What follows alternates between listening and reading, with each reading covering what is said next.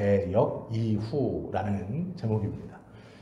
똑같은 본문이지만 우리 몇 주의 텀을 두고 조금 다른 시각으로 이 본문을 좀 보려고 합니다.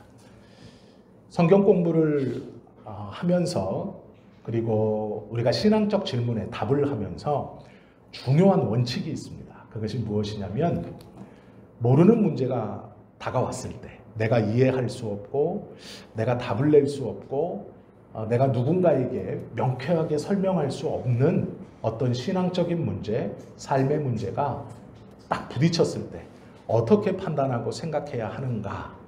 그때 중요한 원칙이 있습니다. 그것이 무엇이냐면 모르는 것에 부딪혔을 때는 왜 이런가에 집중하는 게 아니라 아는 것으로 내가 이미 잘 알고 있는 것으로 모르는 것을 풀고 모르는 것을 해석하려고 하는 것이 올바른 성경적 신앙적 해석의 원리입니다. 왜 이렇지?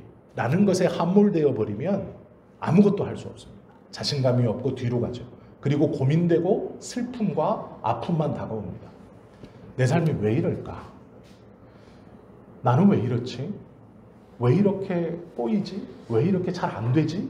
왜 이렇게 내 계획은 왜 이렇지? 나는 풀지 못하는 이 해답을 낼 수 없는 어떤 상황에 있을 때 모르는 것에 계속해서 빠져들면 불안하고 두렵고 서글퍼지고 슬퍼지고 혼자인 것 같고 외로움이 몰려옵니다.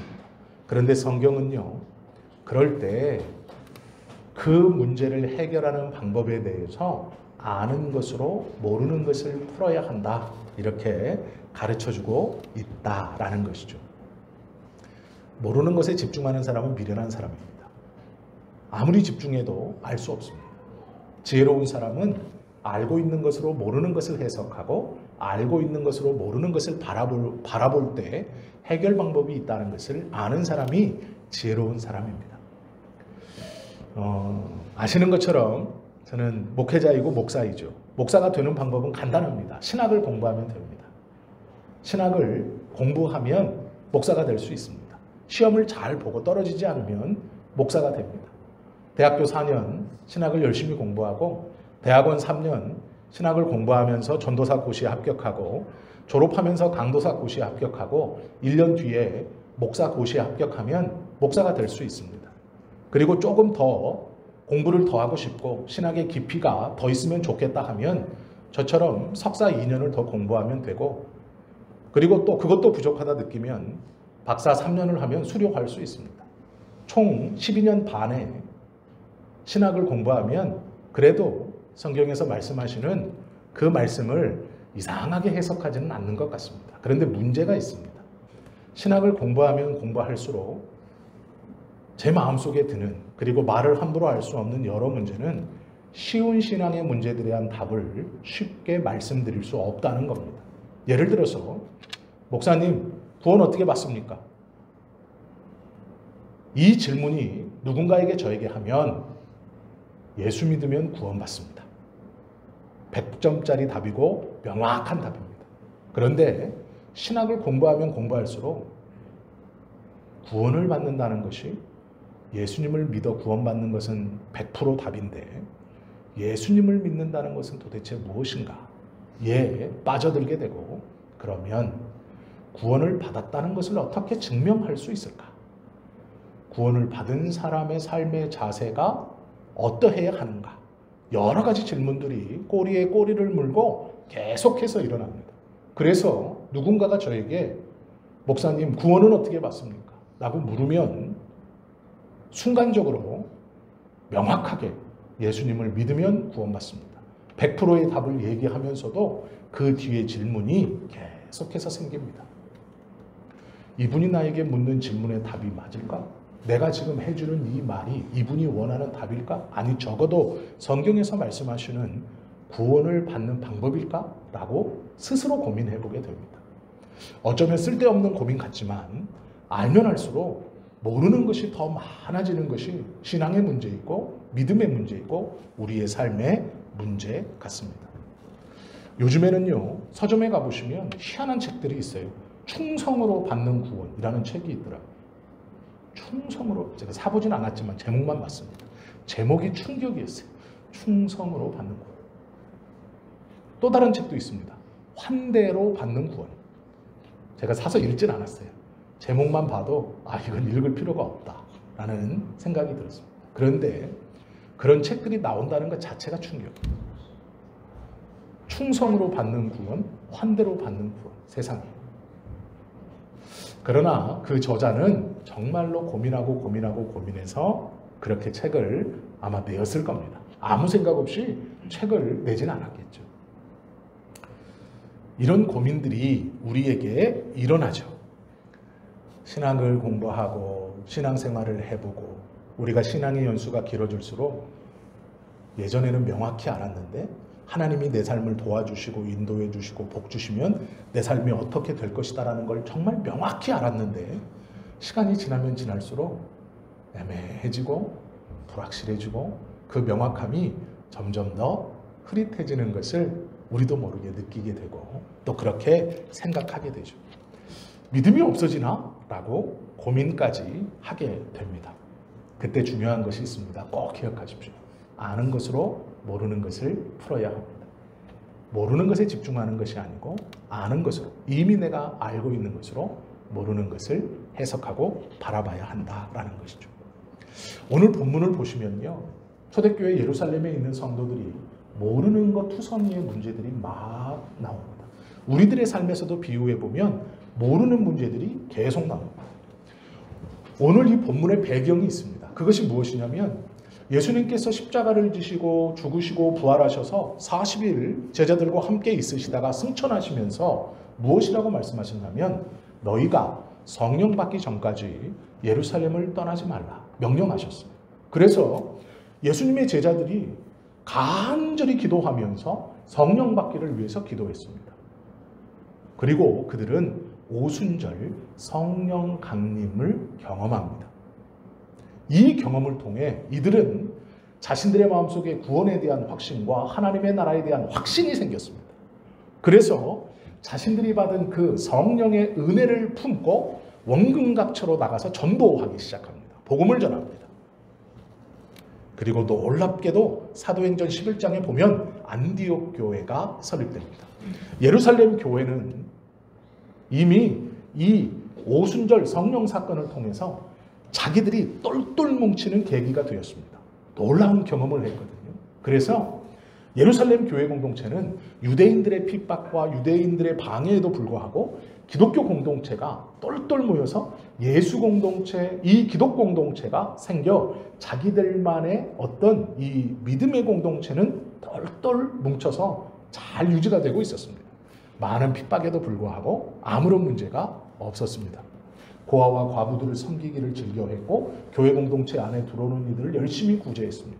그런데 문제는 이방인에 대한 선교입니다. 사도행전 11장에 드디어 안디옥 교회가 설립되므로 유대교적 배경을 가지고 있는 예루살렘 교회와 쌍두마차를 이루는 이 디아스포라, 헬라적 배경을 가진 기독교인들이 안디옥 교회를 세웁니다.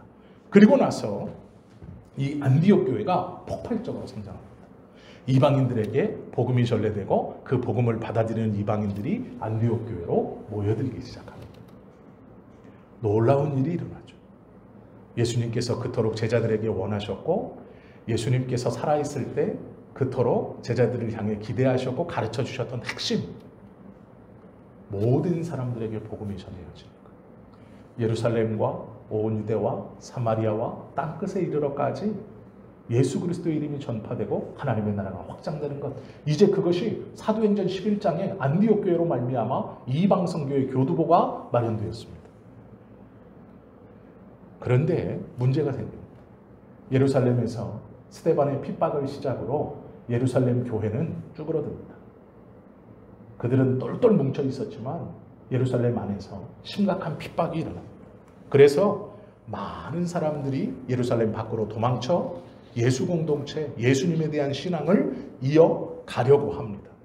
그리고 그 많은 사람들이 이 안디옥 교회로 모여들었습니다. 안디옥 교회는 이방 선교의 중심인 교회입니다. 예루살렘 교회가 유대인들, 기독교, 유대교적 배경을 가지고 있는 예수 공동체의 중심이라면 이 안디옥 교회는 헬라적 배경을 가진 유대 예루살렘 안에 살지 않은 사람들이 예수님을 믿고 있는 이 공동체의 중심이 안디옥 교회입니다. 그런데 이 안디옥 교회가 한참 성장하여서 이제 이방인 선교가 폭발적으로 일어나고 있는 이 상황에서 누가 죽냐면 오늘 본문에 이름이 기록된 대로 요한의 형제 야고보가 죽습니다. 이제 분위기 탔어요. 교회가 부흥하기 시작했습니다. 이제 한번 점프하는 거예요. 올랐어요.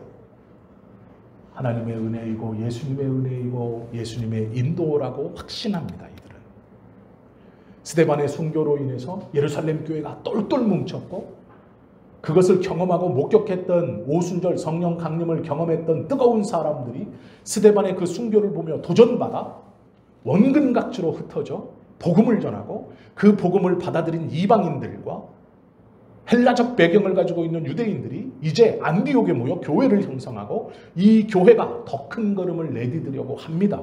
그때 야고보가 죽습니다. 너무도 허망하게 죽어요. 교회가 막 성장하고 있고 예수 공동체가 늘어나고 있고 복음이 이방인들에게 전해지고 구원의 기쁜 소식이 전해지고 있는 이 시기에 내가 믿는 예수님께서 교회를 살리고 복음을 위해서 살려주시고 구해주시고 건져주셔야 하는데 정치 노름에 빠져서 죽여버립니다.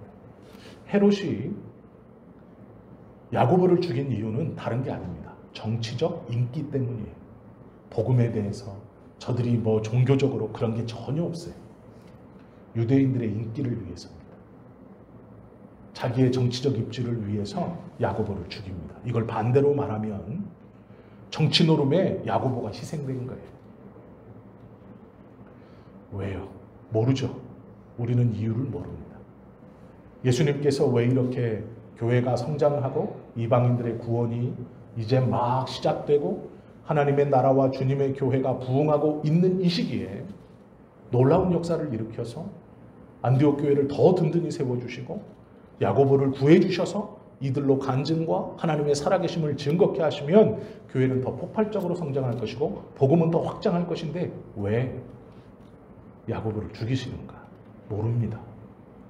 성경은 그 이야기를 하지 않고 있죠.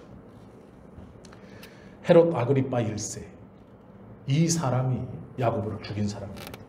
그리고 이 헤롯 아그리파 1세가 야고보를 죽이고 유대인들이 환호하자 한 행동을 더 하려고 합니다. 그게 무엇이냐면 야고보보다 더 큰 영향력이 있었던 베드로를 잡아 죽일 마음을 갖습니다. 그래서 잡습니다. 감옥에 가둡니다. 죽이려고 했는데 이 죽이려고 한 때가 무교절 기간입니다.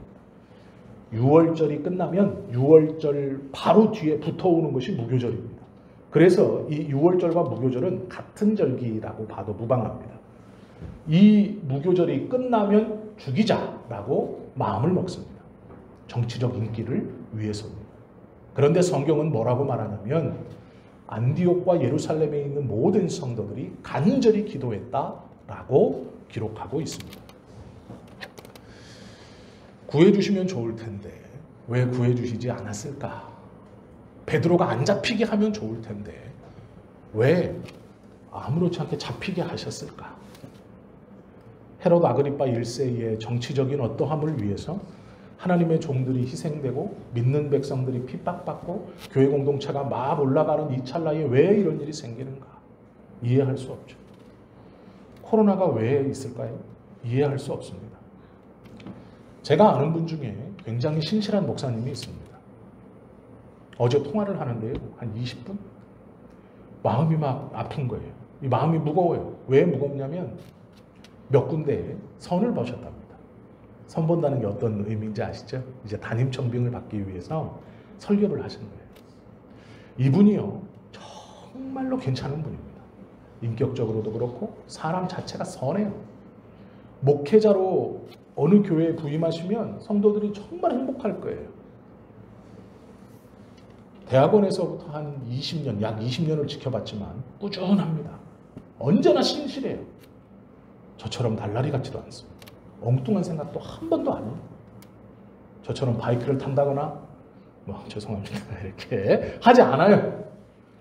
항상 교회에 있고 기도하고 성경을 연구하고 책을 읽고 기도하고 성도들을 찾아가고 합니다. 부교육자 때도 목사님들이 다 좋아하셨어요. 정말 신실하고 정말 성실하고. 그런데 몇 군데 선을 보셨는데 다 미끄러졌대요. 이분은 말을 안 하지만 제가 이제 이분 대신 그 된 분들을 보면 좀 그렇지만 아니에요. 이분하고 비교하면 아니에요. 그런데요, 그분들이 돼요. 이분이 떨어져요. 어제 그 말을 나누는데 참 좋은 분인데 왜 기회가 없을까라는 생각이 드는 거예요. 아무렇지 않은 척하지만 낙심했다는 것이 목소리로 느껴지는 거예요. 자기가 기도하고 이렇게 했는데 왜 그럴까? 모르죠. 아닌 듯 말하지만 섭섭함은 느껴졌어요. 서운함은 느껴졌어요. 아쉬워하는 마음은 느껴졌어요. 그런데 초대교회가 이랬을 겁니다. 지금 야고보가 죽음으로 초대교회 성도들이 당황했을 거예요. 오순절 성령 강림 경험을 했고 그 뜨거움으로 복음을 전해서 하나님의 교회인 안디옥 교회가 또 세워지고 이방인들에게 복음이 전해져 그들이 교회로 몰려들고 있는 이 상황, 기대하고 기뻐하고 즐거워하는 뭔가 될 것 같은 이 상황에서 갑자기 팍 꼬꾸러지는 일이 벌어지는 거예요. 하나님의 뜻이 있을 거야 하지만 그 안에 묻어나는 섭섭함, 서글픔, 왜 이러실까에 대한 의문, 그건 지울 수 없어요. 그것이 정상입니다. 우리의 삶도 마찬가지죠. 그러나 이때 이 모르는 문제를 바라보는 눈이 아는 것으로 모르는 것을 바라봐야 해요. 우리가 분명히 아는 것은 무엇입니까? 하나님은 창조주이시고 무한하신 분이에요. 우리가 분명히 아는 것은 뭡니까? 나는 피조물이고 유한한 사람이에요. 그러면 유한한 사람이 문제를 해결하는 것이 빠를까요? 무한하신 하나님이 문제를 해결하는 것이 빠를까요? 우린 이걸 분명히 알고 있습니다. 내가 알지 못하는 삶의 문제, 예루살렘 초대교회 성도들이 풀지 못했던 이 문제에 대해서 어떻게 접근하는 것이 맞느냐? 아는 것, 하나님은 창조주시고 무한하신 분이고 나는 피조물이고 유한한 자이고 그러니 유한한 내가 이 문제를 덤벼들고 푸는 것보다 무한하신 하나님께 맡기는 것이 옳다는 거예요. 그건 우리가 분명히 알 수 있어요. 초대교회 예루살렘 성도들도 그것은 알고 있습니다. 이들은요, 오순절 성령 강림 사건을 얼마 전에 경험했어요. 이것은 경험적으로 체험적으로 알고 있는 겁니다. 하나님의 놀라운 역사, 창조주이신 그 하나님의 놀라운 임재, 이걸 경험했어요. 이 체험적 경험과 이 체험한 신앙을 바탕으로 하나님께 맡기는 것이 옳다라는 거예요. 그래서 이들은 기도합니다. 야, 우리가 힘센 사람, 운동 잘하는 사람, 군대 갔다 온 사람, 특공대를 뽑아서 베드로를 구출하자. 야고보처럼 죽이기 전에 우리가 구출하자. 아니에요. 성경에 보시면 간절히 기도했다라고 말합니다. 간절히 기도. 하나님 앞에 맡기는 거죠. 믿음은 그렇게 해결하는 거예요. 힘 있는 사람을 뽑아서, 운동 잘하는 사람 뽑아서, 달리기 잘하는 사람 뽑아서, 군대 갔다 온 사람 뽑아서 감옥을 들어가 베드로를 구출하자는 게 아니고요. 믿음의 해결은 그렇게 하는 게 아니에요. 이해하지 못하는 어떤 문제 앞에 내 삶이 왜 이럴까라는 그 답을 낼 수 없는 그 문제 앞에 간절히 기도하는 거예요. 성경은 그렇게 말합니다. 그런데 한 가지 우리가 꼭 하나 더 생각해 볼 게 하나 더 있어요. 그게 무엇이냐면 오늘 본문은 읽지 않았지만 아주 중요한 말씀이 있는데요.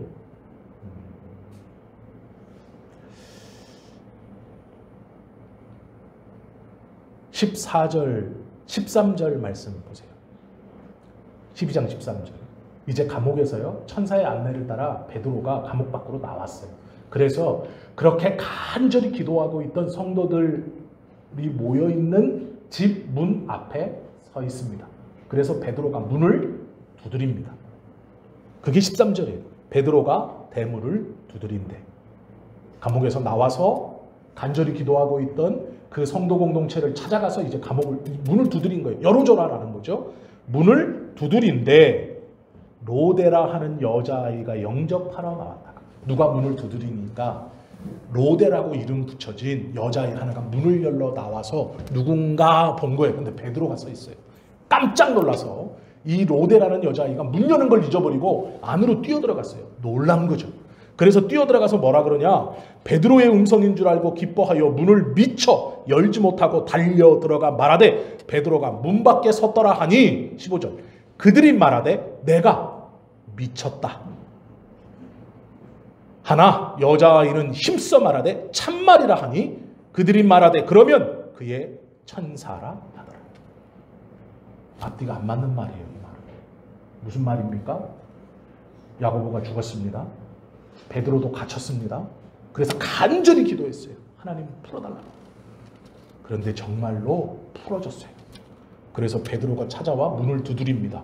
그랬더니 로데라는 조그마한 여자아이 하나가 문을 열려고 왔다가 베드로의 목소리인 걸 확인하고 문도 미처 열지 못하고 화들짝 놀라 안에 들어가서 베드로가 왔습니다 하니까 간절히 기도하고 있던 이 사람들이 뭐라 그래요? 미쳤다라 그래요. 간절히 기도했는데 하나님 베드로 풀어주세요. 간절히 기도했는데 우리 베드로 풀려나게 해주세요. 구해주세요라고 간절히 기도했는데 그 기도가 응답되어서 베드로가 풀려왔더니 미쳤다는 거예요. 이게 무슨 말입니까? 잘 생각해 보십시오. 100%의 믿음이 아니어도 돼요. 어리둥절해 하시면 안 돼요. 본문의 말씀을 잘 이해하세요. 100%의 순수한 믿음이 아니어도 돼요. 될까? 하나님에 대한 기도 응답은요, 100%의 믿음을 가지고 기도하라고 하잖아요. 그런데 오늘 본문 사도행전 12장에서의 베드로의 구원받는 기도의 응답은 100%의 믿음이 아니었어요. 그들은요, 기도했고 베드로를 구해달라고 하나님 앞에 기도했지만 미쳤다라고 말합니다. 믿었다는 얘기예요? 안 믿었다는 얘기예요? 그렇다고 그 기도가 가짜인가요? 아니에요. 성경은요 분명히 간절이라고 말해요. 간절히. 절박함이에요. 야고보가 죽었어요. 베드로도 죽을 거예요. 절박함이에요. 그러나 100% 믿지는 못했어요. 조금 다른 얘기지만 제가 중학교에 올라가면서 화장실에서 이제 큰일을 할 때마다 어떤 일을 할 때마다 하나님 앞에 기도했어요. 뭐라고 기도했게? 지금은 안 하지만 제가 이걸 군대 제대할 때까지 했습니다. 이 기도를. 중학교에 올라가면서 화장실에 가면서 앉아서 하나님 182까지 키가 크게 해주세요. 중학교 올라가면서 하나님 나 키가 182까지 크게 해주세요. 제 군대에서도 기도했어요. 군대에서도요 화장실에 가서요 하나님 남들은 다 컸다고 말하고 하나님 이제 안 된다고 하지만 어떤 사람은 군대 가서 규칙적으로 먹고 자니까 키도 크고 이렇게 했다고 그러는데 하나님 나도 키가 이제라도 182까지 크게 해주세요. 저는요 키가 182까지 크고 싶었어요. 너무 크고 싶었어요. 그래서 군대 제대할 때까지 기도했어요. 그런데 솔직히 말씀드리면 고등학교 1학년 때 이미 알고 있었어요. 다 컸구나. 안 크는구나. 그런데 기도했어요. 계속. 놀랍게도 172까지 컸습니다. 정확히 말씀드리면 171.4. 제가 자존심이 있어서 172라고 하지만 김소연 집사님보다 제가 작습니다. 근데 저는 군대 제대할 때까지 기도했어요. 하나님 182까지 기도했어요. 크게 해주세요. 그랬더니 몸무게가 90몇이 되더라고요. 네. 이게 키로 커야 되는데 옆으로 퍼져가지고 기도라는 건요. 오늘 본문에 보시면 잘 생각해 보시고 고민해 보세요. 이들은 안 믿었어요. 100%. 그런데 성경은요. 간절했다고 기록하고 있어요. 간절함. 절박함. 될까? 그건 둘째 문제예요. 간절함이 있어요. 하나님 앞에 내 삶의 문제, 내가 알지 못하고 풀지 못하는 어떤 문제를 기도할 때 이렇게 해주실 거라는 100%의 믿음이 없어서 응답이 안 돼. 물론 다 틀린 말은 아니고 다 맞는 말은 아니에요. 그런데 적어도 오늘 본문에 보시면 이들은요 간절히 기도했어요. 응답이 됐는데 안 믿어요. 로데라는 어린아이 보고 네가 미쳤다 이렇게. 베드로가 지금 문 밖에 와 있는데. 기도 응답이 믿음으로 이루어진다? 맞는 말씀이지만 오늘 본문은 아니에요. 오늘 본문에서는요 간절함으로 이루어져요. 간절함으로. 절박함으로. 야고보가 죽었고 베드로도 죽으면 이 신앙 공동체가 와야 될지도 몰라요. 구심점이 없어져요. 그들은 간절했어요. 절박했어요. 그 기도가 이루어졌습니다. 그러나 100% 순수하게 믿진 않았어요. 우리가 혹여 우리의 삶의 어떤 문제를 하나님 앞에 기도할 때 내 마음에 100% 이루어질 거라는 그 믿음이 혹여 없더라도 기도하기를 멈추시면 안 돼요. 기도하기를 쉬지 마세요. 믿음이 없다면 100%의 믿음이 없다면 절박함을 보세요. 우리 하나님은 우리에게 좋은 것을 주시는 분이에요.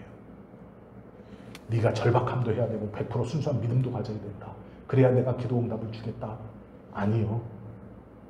오늘 본문은 아니에요. 100%는 아니었어요. 그러나 절박했어요. 그리고 기도 응답을 주세요.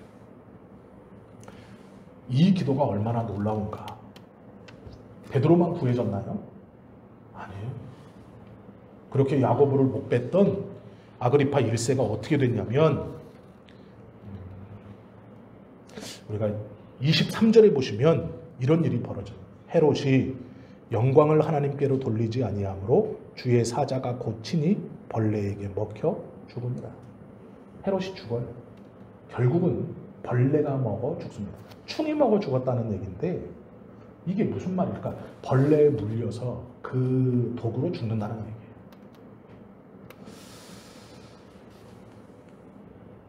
(100% 믿지는 못했는데) 간절했던 그 기도를 하나님이 응답해 주시는데 베드로만 구해 주시는 게 아니에요.